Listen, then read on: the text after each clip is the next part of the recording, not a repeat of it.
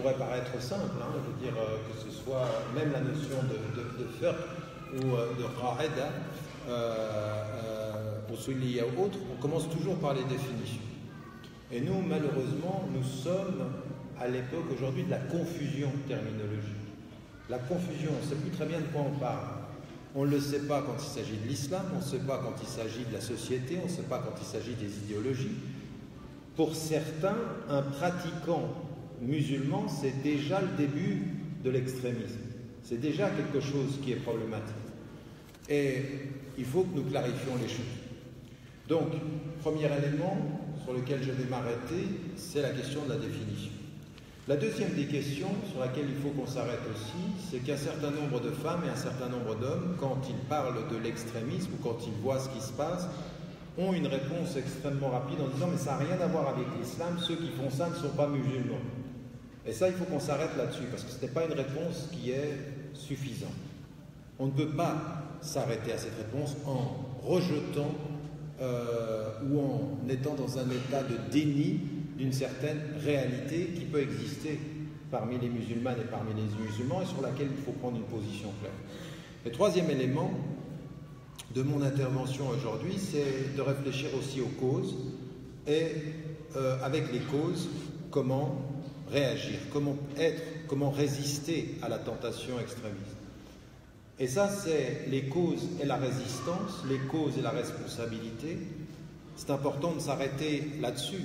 Vous savez qu'à l'époque, dans les grands chocs émotionnels, souvent on vous dit que souvent la réaction émotionnelle, c'est de rejeter ou de condamner. Et on vous dit, sous le choc émotionnel, que si vous essayez de comprendre, c'est comme si vous essayiez de justifier. Or, il faut qu'on dise et qu'on répète, si on veut trouver une solution à la tentation extrémiste, il faut la comprendre, il faut comprendre ce qui se passe. On doit condamner, mais on doit essayer de comprendre ce qui se passe. Les gens n'ont pas un comportement totalement irrationnel. Donc la compréhension est l'attitude intellectuelle nécessaire à la solution, mais pas à la justification. Donc comprendre n'est pas justifier. Et aujourd'hui, on est dans une espèce de confusion où dès que vous essayez de comprendre, et ah, mais vous essayez. Et ça nous vient de très loin, mais ça a commencé ça vient de très très loin sur le plan historique, mais ça a commencé dans l'histoire récente avec George W. Bush après 2001, qui ne voulait pas qu'on puisse essayer de comprendre ce qui se passe et qui disait soit vous êtes avec nous, soit vous êtes contre nous. Si vous êtes avec nous, vous condamnez, point. Mais vous n'essayez pas de comprendre. Et ça, c'est une attitude qui ne peut pas être. On ne peut pas accepter ça. Donc, comprenez bien ce que je suis en train de dire. Une analyse de compréhension qui jamais ne tombe dans la justification, la condamnation des actes contre les innocents, que ce soit d'ailleurs aux États-Unis, ou que ce soit à Londres, ou que ce soit à Paris, ou que ce soit à Damas, ou que ce soit à Bagdad, ou que ce soit au Yémen, ou que ce soit n'importe où dans le monde, c'est la même condamnation. On n'aura pas non plus de condamnation sélective. On ne s'émeut pas quand Paris tombe et on se tait quand Tunis ou quand Bagdad ou quand Damas tombe sous les mêmes balles et les mêmes innocences meurent. Et donc là, il faut aussi avoir une attitude de principe. Les morts ont tous la même dignité et nos larmes doivent avoir toujours la même force et le même rejet de ces indignations sélectives qui traversent le monde aujourd'hui. Alors, ça m'amène à dire une première des choses. J'aimerais vous introduire à ce sujet de façon un tout petit peu particulière. Et moi, si on répète que l'islam est la voie du juste milieu, c'est qu'en fait, la voie du juste milieu, ce n'est pas simplement la voie entre l'extrême politique à gauche ou l'extrême politique à droite. C'est une conception de la vie qui est fondée sur l'équilibre. Et cette conception de la vie qui est fondée sur l'équilibre, Allah subhanahu wa ta'ala nous dit une chose qui est très importante. Il est le seul unique. La ilaha illa. Allahu la ilaha illa hu, il est le seul unique. Wa min kulli shay'in khalaqna zawjayn. Tout le reste est double. Tout est double. La lutte contre l'extrémisme, avant de se poser la question de l'extrême, c'est de comprendre que tout doit trouver son équilibre. Et le wazn ou le mizan, c'est la balance. Et dans Surat Ar-Rahman, Allah tout de suite après avoir dit Ar-Rahman, Allama al-Qur'an, Khalaqa al-Insan, Allamahu al-Bayan, tout de suite après ça, ce qu'il dit, le premier, la chose la plus difficile dans la vie, c'est la balance. C'est l'équilibre des choses. Vous êtes deux, entre un homme et une femme, l'équilibre. Entre les éléments du plus ou du moins, l'équilibre. L'équilibre, c'est ça la voie médiane. Mais il ne faut pas uniquement faire de la lutte contre l'extrémisme uniquement une affaire politique. C'est un chemin de vie. Tout ce qui est la voie, puis nous t'avons mis sur une voie, cette voie qui est la charia, qui n'est pas le code, c'est pas uniquement la loi. Même la loi, qu'est-ce qu'il y a dans la loi? Même dans la loi, qu'est-ce qu'il y a? Il y a la loi, qui est la règle, et il y a la norme, qui est la valeur. Entre la norme et la loi, il faut un équilibre. Parce que si vous n'avez pas d'équilibre entre la valeur et la règle, vous allez être des gens qui se soumettent à la règle, mais vous ne comprendrez pas la norme. Et qu'est-ce que c'est la norme? C'est qu'à un moment donné, c'est on prie à l'heure, ça c'est la règle. Mais la norme, qu'est-ce que c'est? C'est pour se souvenir de Dieu. C'est-à-dire la règle, tu vas l'appliquer pour te souvenir du sens de la règle. Le sens de la règle, c'est être avec Dieu. Dans les deux, il faut un équilibre. Fais attention à ne pas tomber dans celui qui célèbre la règle et qui ne sait plus le sens. Toujours les deux. La règle est là pour nous rappeler le sens. Et attention aux règles qui n'ont plus de sens ou dont on a perdu le sens. Vous voulez un exemple encore plus important? Pendant le mois du Ramadan, tu ne manges pas depuis 1h15 avant le lever du soleil jusqu'au lever du soleil. Ça, c'est la règle. Et quel est le sens? Maîtrise-toi. Ne commence pas à manger trop. Diminue ta nourriture. Quand tu respectes la règle et tu as perdu le sens, qu'est-ce que tu fais? Tu ne manges plus jusqu'au Maghreb et quand le Maghreb vient, tu t'empiffres. Tu manges 3 fois plus que tout le monde. Tu as la règle, mais tu n'as pas le sens. L'équilibre. Notre religion, elle n'est pas simplement sur le plan politique, on évite les extrêmes. Sur le plan de la vie, on célèbre la balance.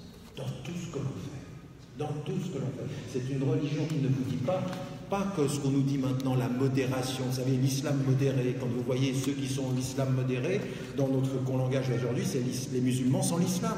Le musulman modéré, c'est celui qui va plaire au discours dominant qui est en Occident. C'est pas ça dont on parle.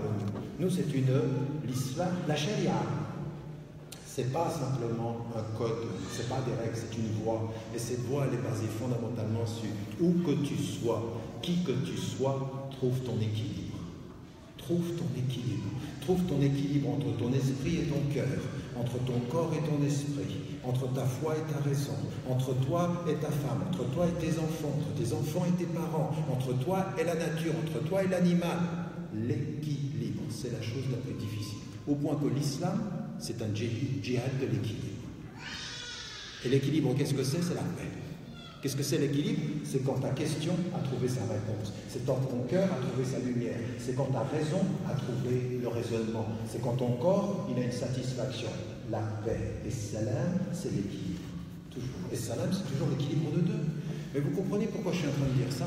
Je suis en train de dire ça parce qu'on est en train de nous réduire à quelque chose qui nous dit dites-nous l'équilibre uniquement sur le plan politique. Non, mais nous, c'est toute la vie qui doit être comme ça. C'est de notre relation à Dieu, à notre relation à la terre, à notre relation aux êtres humains, à notre relation à tout. Nous sommes fondamentalement une communauté qui est appelée à l'équilibre. La chose la plus difficile qui soit. Et ensuite, dès qu'on a dit ceci, alors qu'est-ce que c'est l'extrémisme? L'extrémisme, c'est avoir perdu le sens de l'autre, de celui qui va nous permettre de l'équilibre. C'est-à-dire, à partir d'un certain moment, lire le Coran et prendre certains versets du Coran et ne pas comprendre que d'autres versets du Coran vous permettent d'avoir l'équilibre. C'est sortir le texte de son contexte. Parce que le texte, l'équilibre de la compréhension du texte, qu'est-ce que c'est? C'est le texte et le contexte. Si tu enlèves le contexte et que tu prends que le texte, tu es dans le déséquilibre et tu as une lecture tronquée. Le texte coranique est éternel, mais il est révélé dans le temps. L'équilibre entre l'éternel et le temps. Le texte, il est révélé dans un contexte dont tu dois sortir le principe au-delà du temps, entre le temps et l'éternité. Comment tu sors le principe éternel? de la lecture contextuelle. Oui, c'est tout comme ça. Notre religion, c'est tout ça. C'est un appel à la modération intellectuelle, à l'humilité intellectuelle. Et donc l'extrémisme, c'est quand cet équilibre-là est perdu. Quand cet équilibre-là, il est perdu. Et c'est ça qu'on a envie de faire comprendre à nos jeunes. Aujourd'hui, les jeunes, par rapport à l'extrémisme, il faut qu'ils comprennent ceci. Vous avez un effort de compréhension.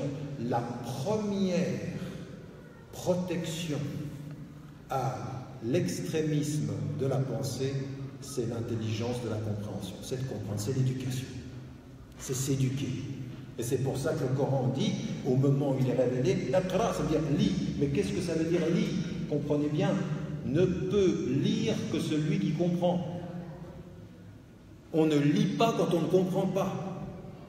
Les animaux sans conscience de soi ne lisent pas, ils observent et réagissent. Mais dès que tu lis, ça veut dire qu'il y a une intelligence. Et dès que tu as une intelligence, c'est-à-dire que tu dois comprendre. Et cette compréhension-là, c'est la première des protections à l'extrémisme. C'est de comprendre ce dont on parle. Et donc ici, ce qu'on va mettre en évidence, c'est déjà de parler d'extrémisme. Première des choses qu'on va éviter, c'est des propos aujourd'hui qui sont devenus à la mode. Nous, on a commencé en 2005 à parler de ceci avec le gouvernement britannique, quand il s'est passé en 2005 les interventions, et eux, ils parlaient de radicalisation. Et nous, on leur a dit, non, la radicalisation, ça ne va pas, le mot ne va pas. Parce que dans le profil des jeunes qui s'étaient engagés, quand vous dites radicalisation en français, ça veut dire vous avez commencé à pratiquer votre religion, vous avez commencé à avoir une lecture plus dure, et puis vous êtes allé vers une radicalité. La réalité, c'est que de tous les jeunes qui sont partis, soit de Suisse, soit de Hollande, soit de Belgique, soit d'Angleterre, et qui partent de l'Europe, ou même ceux qui partent de l'Afrique du Nord, du Maroc ou de la Tunisie, l'immense majorité d'entre eux, à quelques exceptions très notables, mais l'exception ne confirme pas la règle ici, ce sont effectivement des jeunes qui n'ont que très peu de pratiques religieuses. Pour certains, c'est 6 mois, pour d'autres, c'est 2 semaines, et à Nice, c'était une nuit. Et donc, en l'occurrence, la radicalisation, le mot ne va pas. Ne va pas parce que ce n'est pas un processus. Si vous dites radicalisation, vous allez dire que la cause, elle est strictement religieuse. C'est une compréhension de l'islam qui va se durcir. Or, ce n'est pas du tout ce qui se passe. Pour certains d'entre eux, la veille de l'attentat qu'ils vont mener, ils sont en boîte de nuit. Il y en a un, quand on l'arrête, il est en situation d'overdose, pas d'overdose, il est sous l'influence de la drogue, de façon, on dit, il était high, c'est-à-dire il ne savait plus où il en était. Donc on a de ce point de vue-là à faire très très attention. Sur le plan de la terminologie, le mot de radicalisation ne représente pas ce que l'on sait en fait, en nombre et en profil des gens. Par contre, il y a quelque chose qui est un basculement. À un moment donné, quelque chose se passe dans la vie de quelqu'un, il bascule. Et donc ce basculement, il peut avoir plein de raisons chez les jeunes. Il peut être dû, et on le sait par rapport au profil, chez quelqu'un qui vit une frustration prolongée. Et parfois il est peu éduqué, parfois il est éduqué. Et qui vit dans la société, il se cogne à des murs. C'est-à-dire qu'il n'arrive pas à trouver une reconnaissance sociale. Et là, à un moment donné, si vous êtes au bon moment et que vous êtes sur Internet et que vous avez à rattraper cet esprit-là et à lui tourner la tête, à faire un lavage de cerveau, comme ça se passe, parce que les vidéos, je reviens des États-Unis là maintenant, et on parlait de la personnalité des jeunes, pas sur la référence. 7%, 93%, 93% du discours, il est lié à toute autre chose. Et on réussit à les prendre par là. Ça veut dire qu'on joue sur la frustration, on joue sur le malaise, et on joue sur un ordre du monde où on a l'impression aujourd'hui que tu vaux pour rien. Oui, on joue sur cet élément-là. Donc il faut bien se rendre compte. Je veux dire, c'est pas moi qui vous le dis ça, hein. C'est une étude qui sort du Jimmy Carter Institute à Atlanta. Là, la semaine dernière, il dit 7,3%. C'est rien du tout. Ça veut dire que les vidéos utilisent périphériquement le fait religieux. Mais ce n'est pas l'essence. Et donc là, on s'aperçoit qu'effectivement, il y a, de ce point de vue-là, des expressions de ce discours-là qui est lié à l'extrémisme. Et l'extrémisme, qu'est-ce que c'est? Ça va être, en l'occurrence, de lire le Coran, nos références, en mettant en évidence que l'autre que l'expression de l'autre est celui qui te met en danger et que tu as droit à pouvoir le tuer. En d'autres termes, cette idée, qui est très ancienne, elle existait chez les Khawarij, elle est très ancienne dans notre histoire, de personnes qui vous disent, si tu sors de l'islam dans ton comportement ou dans ton expression ou dans la façon de se situer, ton sang devient halal. C'est-à-dire déjà pour le musulman et alors à plus forte raison pour le non-musulman, pour la personne qui est d'une autre tradition religieuse. Ça, c'est des lectures qui sont des lectures extrémistes et qu'il faut reconnaître pour telles. On ajoutera violent par le fait que la lecture extrémiste qui n'est plus équilibrée va ajouter le fait du caractère licite de la violence, c'est-à-dire de tuer ou de s'en prendre soit à des autorités, soit à des individus. Donc on a l'extrémisme violent. Ça, c'est le véritable terme dont on parle et sur quoi il faut s'arrêter. Ça n'est pas la radicalisation ou ça n'est pas non plus la notion de fondamentalisme.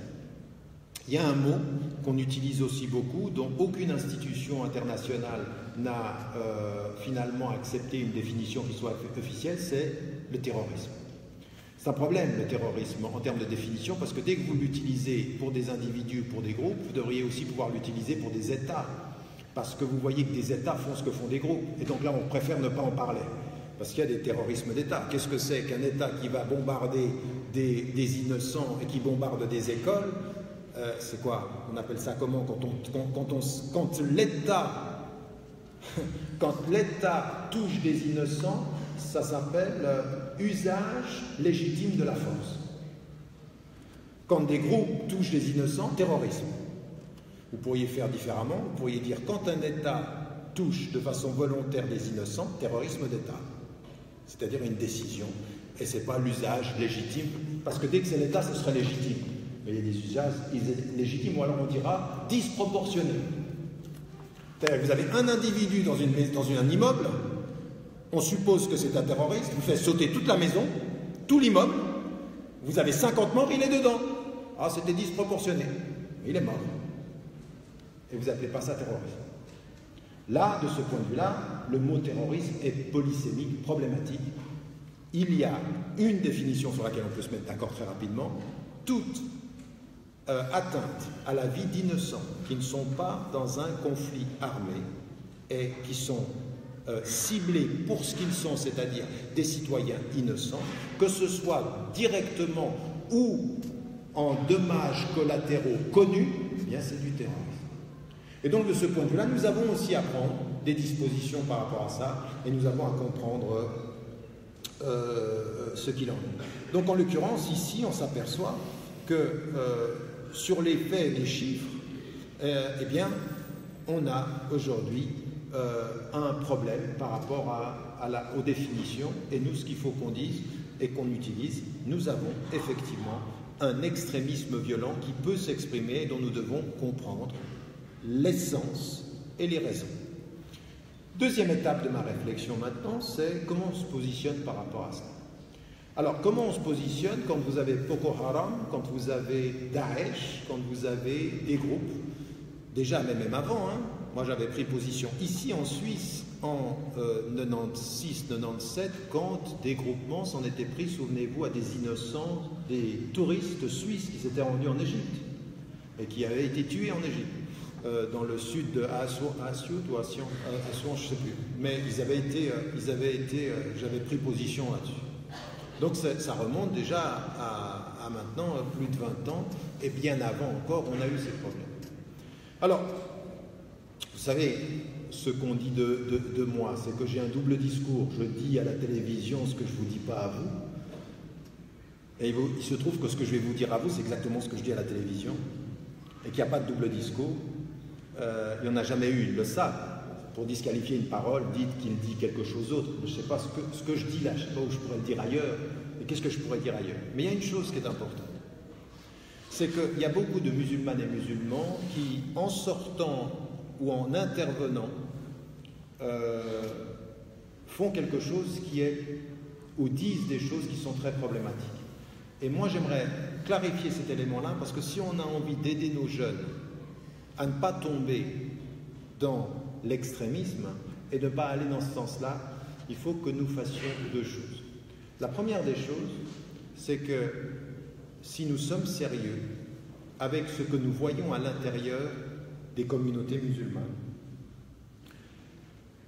à travers le monde, nul ne peut nier que certaines lectures sont extrémistes. Nul ne peut nier qu'il y a des lectures musulmanes et qui vous disent le kufr, il faut l'annihiler.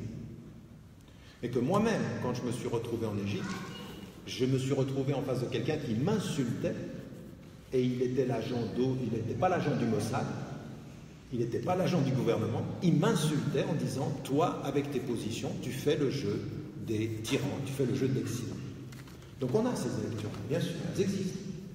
Et on a des personnes qui vraiment peuvent vous expliquer qu'on peut tuer et que tuer est légitime. De cette façon-là. Qu'en fait, tout soutien à la politique américaine peut être une cible parce qu'il le soutient.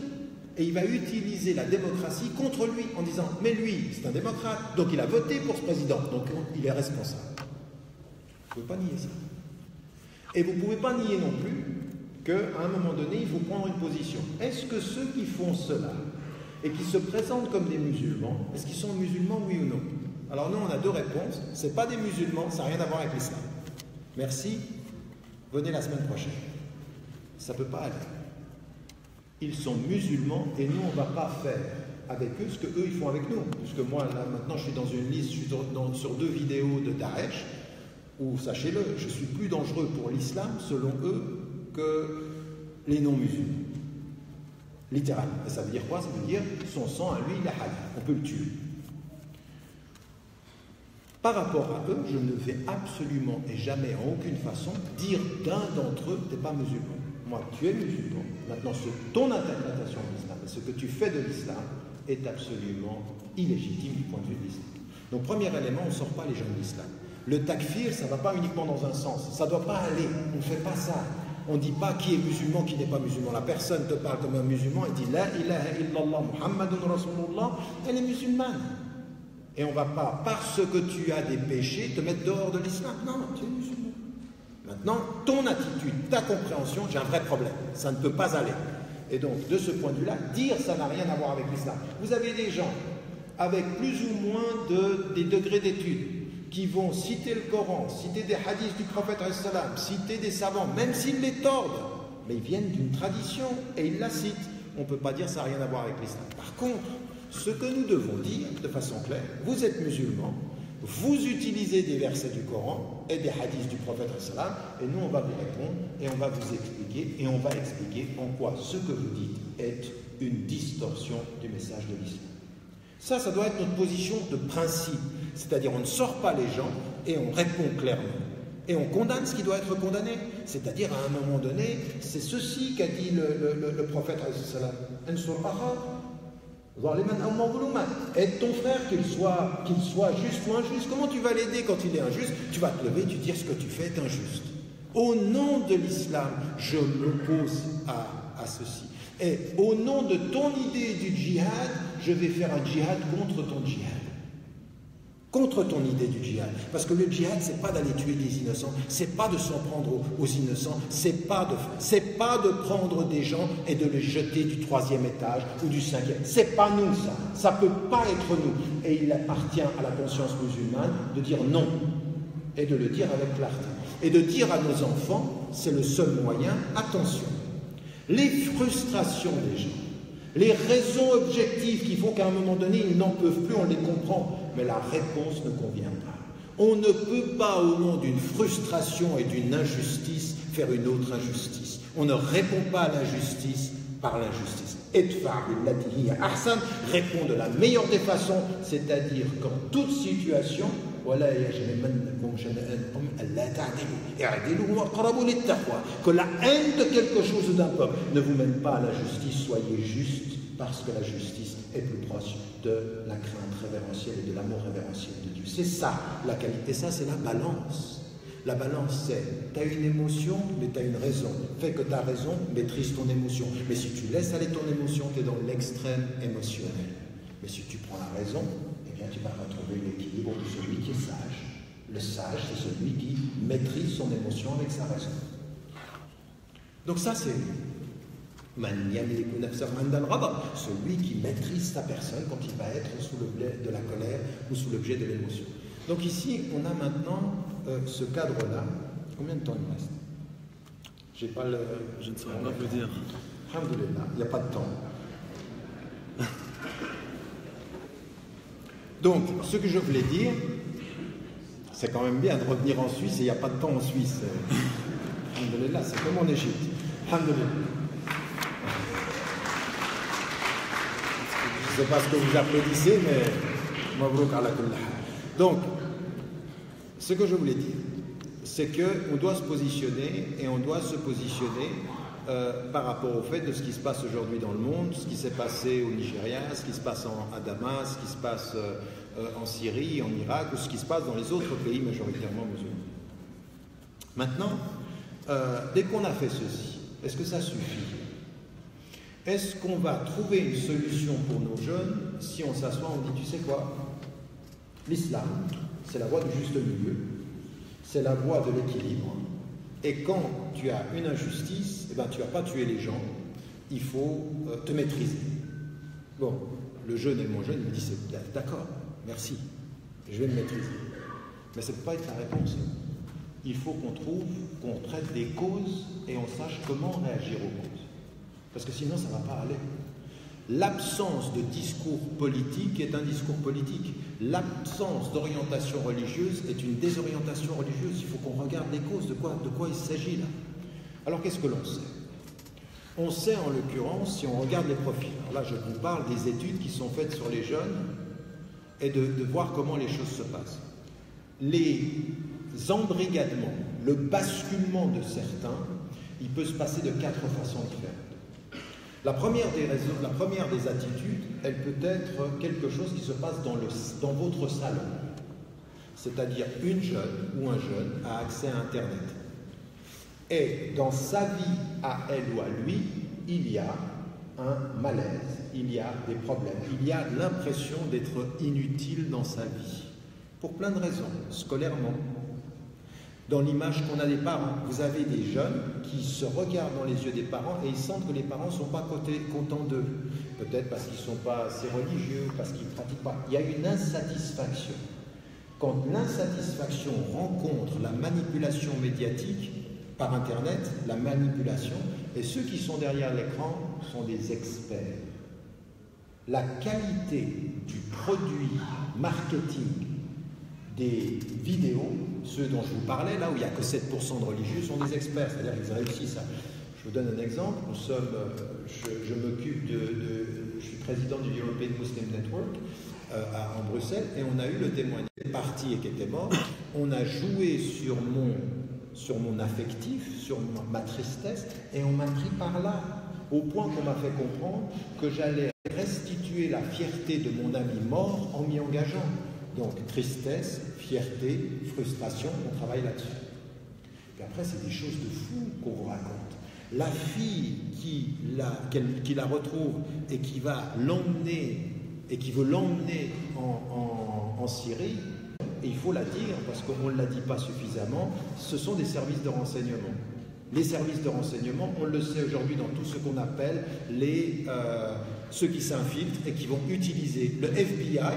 Il y a eu un livre qui est sorti là-dessus, et le FBI explique, mais c'est vrai pour la France, comme c'est vrai pour la Suisse d'ailleurs en l'occurrence, que des connexions existent entre, je ne sais pas si vous avez lu l'histoire de Mera, mais l'histoire de Mera, à 3 reprises, il est en relation avec les services français. Donc il parle avec les services français. Et à un moment donné, le FBI explique, en fait, par rapport aux terroristes, qu'est-ce qu'on fait? On les pousse pour voir s'ils vont le faire. Et s'ils le font, donc ce sont. Ou s'ils sont prêts à le faire, ce sont. Donc on pousse pour savoir ta potentialité vers le terrorisme. Donc là aussi, on le sait, on sait qu'en fait, c'est une façon de surveiller. Mais si vous lisez l'histoire de la lutte contre la drogue aux États-Unis, vous apercevez qu'ils faisaient exactement la même chose. Ce sont des programmes d'infiltration. Et on pousse, et on pousse, et on pousse. Et à un moment donné, il y en a un qui vous échappe, il y en a un qui fait quelque chose. Est-ce que c'est tout manipulé? Non. Mais est-ce qu'il y a une relation entre les services de renseignement et des jeunes qui partent? Tout le monde le dit. Toute relation sérieuse, on sait. Alors, après, Sans conspiration, c'est de dire jusqu'à où on va, jusqu'à où on a laissé aller la personne. Est-ce qu'on voulait qu'elle aille jusque-là? Le FBI vous dit, nous, on essaie juste de tester, de savoir s'il va y aller. S'il y va, on l'arrête avant qu'il y aille. Donc vous voyez qu'il y a des jeunes drogués, vulnérables socialement. On a 2 cas, par exemple, de jeunes à Washington, drogués, totalement vulnérables. Ils n'ont rien fait, mais ils ont commencé à entrer en discussion. Ils sont, à l'heure où je vous parle en prison, ils n'ont rien fait. Ils n'ont rien fait, mais potentiellement ils auraient pu. Donc on a mesuré leur faiblesse psychologique et on les met en prison parce qu'ils auraient pu faire. Donc là, vous avez 4 cas de figure. De ce point de vue-là, il faut que nous, on se dise, bah, sur ces causes, on fait comment? Ensuite, il y a une 5e cause, elle est importante, c'est une lecture du monde. C'est-à-dire, vous êtes en train de nous tuer, vous êtes en train d'humilier les peuples, et donc on va aller contre cette humiliation. Et ça, c'est une lecture politique importante. C'est-à-dire, Al-Qaïda, souvenez-vous, Ayman al-Zawahiri, qu'est-ce qu'il dit? Il dit, on a tué le dictateur en Égypte, vous en avez mis encore un pire, alors on va vous tuer vous, puisqu'on a compris que c'est vous le problème. C'est pas Moubarak ou c'est pas Sadat, c'est ceux qui le soutiennent. Donc dans la logique de tuer les innocents là-bas, c'est quelque chose d'absolument à condamner. Mais il y a quelque chose de logique là derrière. Dans ce que dit Ayman al-Zawahiri, il y a une chose que personne ne peut nier. Tous les dictateurs arabes ont été soutenus par l'Occident. Tous sans exception jusqu'à aujourd'hui. Tous. C'est-à-dire que ceux qui... Donnez-moi un dictateur qui n'a pas quelque part le soutien d'un gouvernement... Donc, ce qu'il dit est juste, la réponse est fausse. C'est-à-dire que le constat objectif est juste, la réponse est fausse. Qu'est-ce qu'il faut faire? Ce qu'il faut faire de ce point de vue-là, et ça c'est notre travail, c'est qu'à partir d'un certain moment, il faut analyser toutes ces causes-là et faire un travail ensemble. Ce n'est pas les musulmans contre la société, c'est dans la société qu'est-ce qu'il faut faire. Premier élément. Quand vous avez des jeunes qui sont dans une frustration sociale, vous comprenez une chose. Si vous ne travaillez pas sur l'éducation, si vous ne travaillez pas sur la justice sociale, si vous n'en faites pas des citoyens qui sont reconnus, si vous n'arrêtez pas votre bêtise sur le discours islamophobe qui viennent des élites aujourd'hui en Europe, eh bien, vous allez produire de la frustration. Le problème, c'est votre discours politique, votre incurie à développer des vrais espaces de justice sociale. Alors encore une fois, quand on dit ça, vous voyez, quand je dis ça, il dit « Ah, ça veut dire qu'il ne le justifie jamais. » Aucune justification à la terreur. Mais quand on regarde les causes, si quelqu'un se sent frustré dans une société, parce que chaque fois qu'il arrive, on lui fait rappeler que c'est un arabe, ou un noir, ou un musulman, que son foulard c'est ci, que son foulard c'est ça, évidemment qu'à un moment donné, il va se dire, mais dans quel pays je suis? Je voulais être suisse, je voulais être français, on ne veut pas de moi. Donc si on ne veut pas de moi, je vais faire qu'ailleurs, on me célèbre différemment. On me voit différemment. Je vais trouver mon honneur ailleurs que dans l'indignité que vous faites vivre tous les jours. Premier élément, l'éducation et la reconnaissance de l'individu. C'est ça. Et donc, aujourd'hui, ceux qui luttent contre l'extrémisme en entretenant l'islamophobie font 2 erreurs parce qu'ils ajoutent l'une à l'autre. C'est-à-dire, ils entretiennent un discours qui va produire l'autre sur la question de la frustration. Sur la question Internet, évidemment il faut de la sécurité, évidemment qu'il faut à un moment donné, on ne peut pas laisser dire n'importe quoi sur Internet. Mais évidemment, donc à partir d'un certain moment, les parents, faites attention à ce que vous laissez voir à vos enfants sur Internet, ça c'est grave. Et les accès à Internet, ça c'est très important. Aujourd'hui, Internet, c'est une mine d'informations positives, mais c'est un océan de possibilités négatives. Il faut faire très attention à ça, et ça c'est la responsabilité des parents aussi. Bien entendu qu'on attend des autorités qui ne laissent pas n'importe quoi et n'importe... Il y a des choses que vous voyez sur Internet, mais c'est choquant, c'est extrêmement choquant. Donc de ce point de vue-là, la maîtrise d'Internet n'est pas dans la censure d'État, mais dans la responsabilisation des parents, dans notre responsabilité aussi. Il faut se rendre compte aussi que là aussi il y a des manipulations. Je vous rappelle quand même que le centre islamique de Genève, il y a quelqu'un qui a été envoyé des services de renseignement suisses pour aller essayer de mettre sur le centre islamique des liens avec des groupements terroristes pour faire des liens. Il y a des manipulations extraordinaires. Là, il faut être une vigilance. La vigilance, l'éducation, la vigilance. Troisième des choses, et je termine. Il faut, par rapport à la question internationale, excusez-moi, encore 2. La troisième, c'est qu'à un moment donné, nous sommes des citoyens. Et la majorité d'entre vous, aujourd'hui, vous êtes des citoyens suisses, ou des citoyens français, ou des citoyens européens. À un moment donné, il faut que nous nous engagions dans ces pays, dans nos pays. Nos pays, nous sommes suisses, moi je suis suisse et citoyen suisse, pour dire à nos gouvernements, attention s'il vous plaît, à ne pas faire de la lutte contre l'extrémisme un plan de sécurité qui nous enlève nos droits. Au point que maintenant, quand on vous parle, tout ce qu'on dit, ça peut être suspecté. Moi, j'ai le droit de poser des questions à mon gouvernement. Qu'est-ce que vous faites?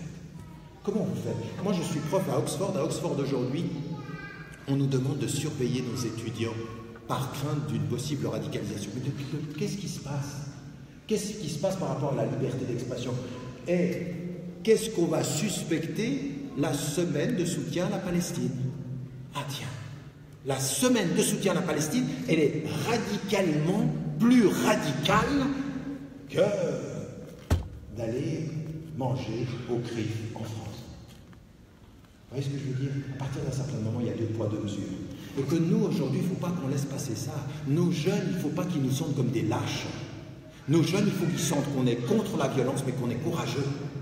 Qu'on a une parole de courage. Le courage politique, c'est sans violence dire certaines vérités. Nous ne pouvons pas accepter une démocratie à 2 vitesses. Nous ne pouvons pas accepter une liberté d'expression à 2 vitesses. Nous ne pouvons pas accepter que vous disiez « je suis Paris » et que vous ne disiez pas « je suis Beyrouth » ou « je suis… » Nous ne pouvons pas là.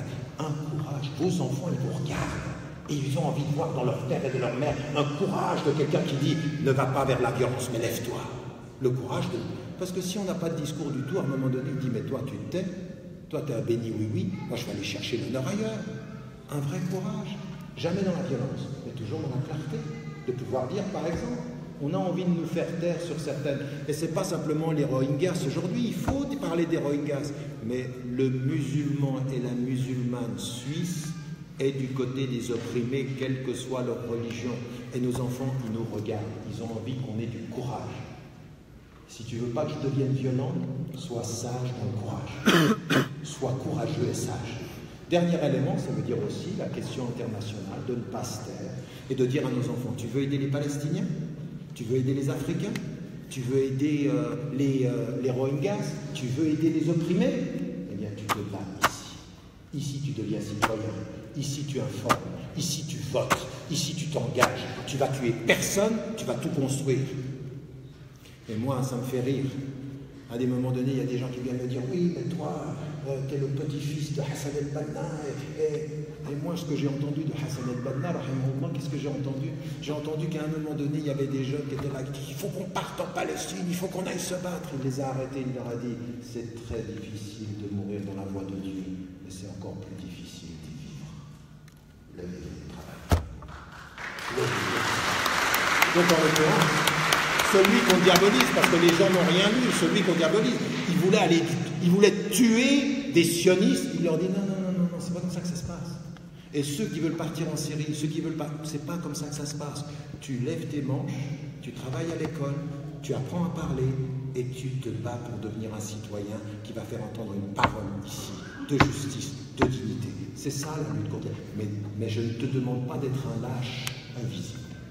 Je te demande d'être un courageux visible, non pas dans le fait de tuer, mais dans le fait de parler, dans le fait de dire, dans le fait de partager avec les gens, et pas simplement entre musulmans. Tu as énormément de citoyens, ici en Suisse, qui sont plus courageux que beaucoup de musulmans.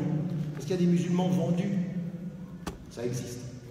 Et il y a des personnes qui ne sont pas musulmanes, et qui sont honnêtes et courageuses. Nous, notre combat, c'est la justice, le courage et l'honnêteté. Wallahu a'lam wa ala wa hakam.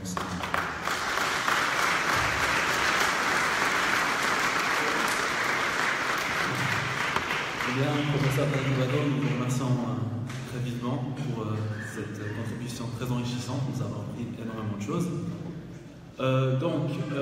Maintenant, nous allons procéder à la session de questions-réponses. Et comme je vous l'ai demandé tout à l'heure, vous auriez pu écrire vos questions sur des post-it. Est-ce qu'on a distribué les post-it, monsieur Mathieu? D'accord, il reste encore 5 minutes. On prend 2 questions, c'est tout, non? On prend 2 questions. 2 questions dans la salle et c'est tout, non? Moi, j'en aurais déjà une, monsieur. Bon, d'accord. Eh bien, en fait, il est indéniable qu'il y a des versets coraniques qui font référence à la guerre, au djihad. Où vous les trouvez, par exemple. Comment est-ce qu'on peut expliquer ce genre de versets à des gens qui, de prime abord, pourraient être choqués ou même pourraient avoir des questions autour de ce genre de paroles divines? Ça, c'est tout à fait vrai. C'est pour ça que, en fait, il n'y a pas de texte spirituel de la Bhagavad Gita jusqu'au Coran. Il n'y a pas de texte spirituel sans violence. Et pourquoi il y a de la violence dans ces textes? Parce que soit Dieu, soit le texte nous parle de l'homme. Et l'homme a un penchant violent. Et là, les versets que vous citez, ils parlent de l'homme. Et ils parlent de situations de guerre. Donc quand on prend le verset, il faut toujours le contextualiser, pour savoir à quel moment il a été révélé, on ne peut pas le généraliser. Et ça demande un vrai travail. Mais ça veut dire aussi une chose qui, moi je sais, elle choque un peu les musulmans, mais je ne cesse de la répéter. L'islam n'est pas une religion de paix. Il ne faut pas le dire comme ça. L'islam est une religion qui appelle à la paix.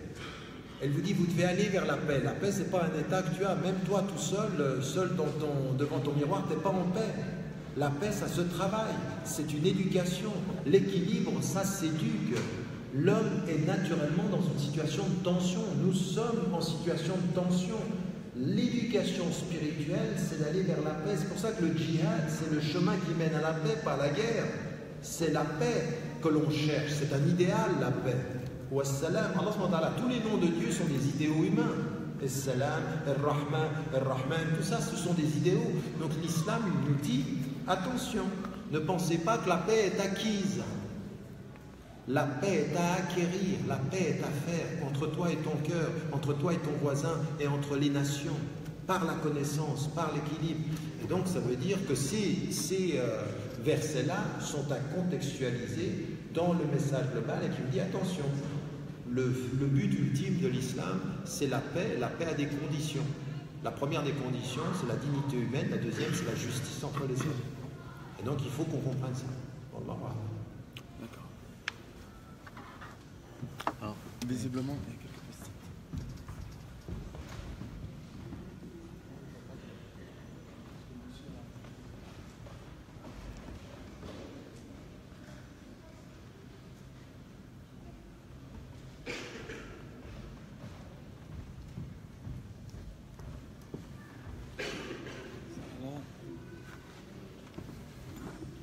Donc, vous avez fait référence tout à l'heure à l'équilibre, qui est un concept primordial en islam. Et d'après les notes que je lis, le monsieur fait référence au voile islamique. Une fille, une dame qui se voile dans une société occidentale, est-ce qu'elle a atteint une forme d'équilibre pour ce faire? C'est ce que je peux comprendre de ces notes.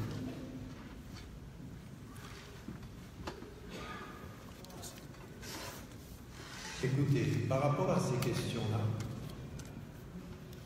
dans le livre précédent qui s'appelle le Génie de l'Islam, je parle de la question du foulard, qui est une prescription islamique. Et il faut faire très attention à tout. Les prescriptions islamiques, il faut les comprendre dans leur ordre. En islam, il y a le prioritaire et il y a le secondaire. De l'avis de tous les musulmans, il y a des prescriptions supérieures et des prescriptions secondaires. Les prescriptions supérieures, c'est les prescriptions qui sont liées aux piliers de la pratique, qui sont min al-daruriyat. Ça a été considéré par les savants min al-hajjiyat, et même chez un ou deux savants min al-tahsiniyat. Le voile et le foulard, parce que moi je n'appelle pas le voile, et en plus on dit souvent le hijab, le mot coranique c'est le khimar,